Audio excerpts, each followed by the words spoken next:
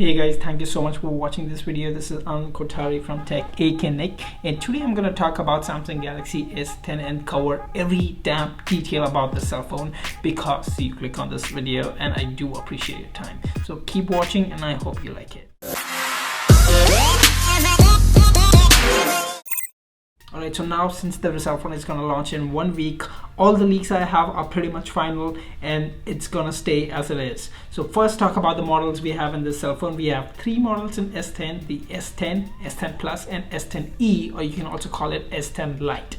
Alright, so talking about display, we have curved panels on S10 and S10 Plus, which is basically the screen will be covering the edges, and on the S10e we have a flat display of around 5.8-inch display screen, and on the S10 and S10 Plus we have 6.1-inch and 6.4-inch respectively, and all of them have a Super AMOLED QHD Plus screens.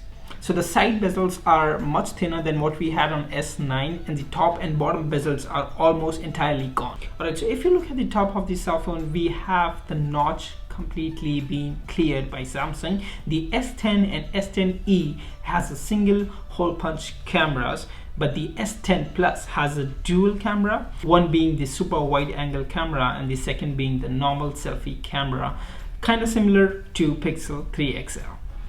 So Samsung is trying now to make battery life better without affecting the phone size.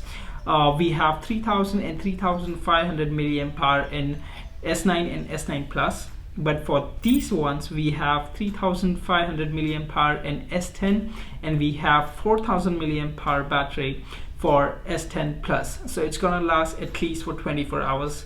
Great deal. On the left side of the S10 models we have the volume rocker, and under that we have the Bixby button, and on the right side we have the standard power button. This time Samsung has decided to keep its fingerprint scanner underneath the glass of the display. And on the S10e we have the fingerprint scanner maybe on the right side, and that's just an extra button we have on S10e.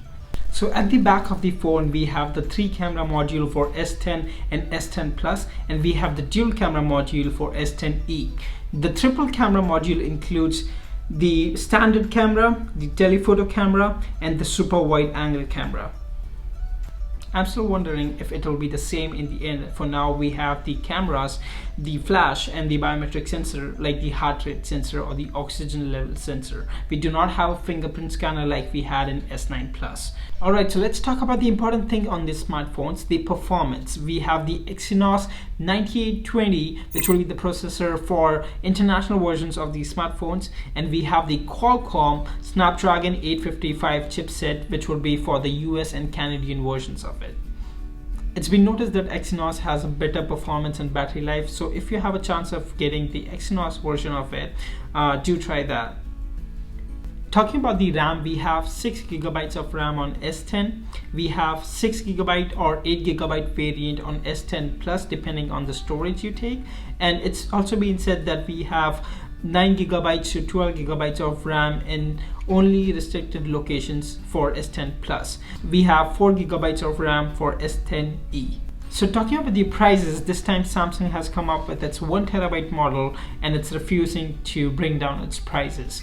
The S10 base model is around $1,000, the S10 Plus is around $1,200, and the S10 Plus second variant, which is the 1TB model, it will be around $2,000. The S10e base model will be around $800 to $850. So I would say this time the smartphones are pretty expensive than what they had last year. Alright, so in the end I would like to talk about the things which you should definitely know about. Samsung is not removing the audio jack from S10, and this might be the last year it's keeping it around. Samsung S10 has its own inbuilt wireless pad, so you can use it to charge other wireless devices and also other smartphones. S10 would be the first flagship to even support the 5G connectivity, and that's pretty impressive. Samsung would be releasing its 1TB model and also the One UI overlay, which is completely new. So I think I've covered pretty much everything about the smartphone, and let me know if I have missed something. I'll be happy to share the information with you, and also if you have any other information than this video, do not forget to comment it down below and let others know about it. And since these were just the rumors and it's only a week after which the cell phone will be released, I think these were the final touch they had, and that will be the final result for the smartphone. So pretty much nothing is going to be changed, but if it does, we'll cover that in the next video. So let me know what you liked or disliked about the new S10, and also do not forget to hit the like button if you like the video, and hit the subscribe button if you want to see more updates. Till then, I'll see you in the next one. Bye bye.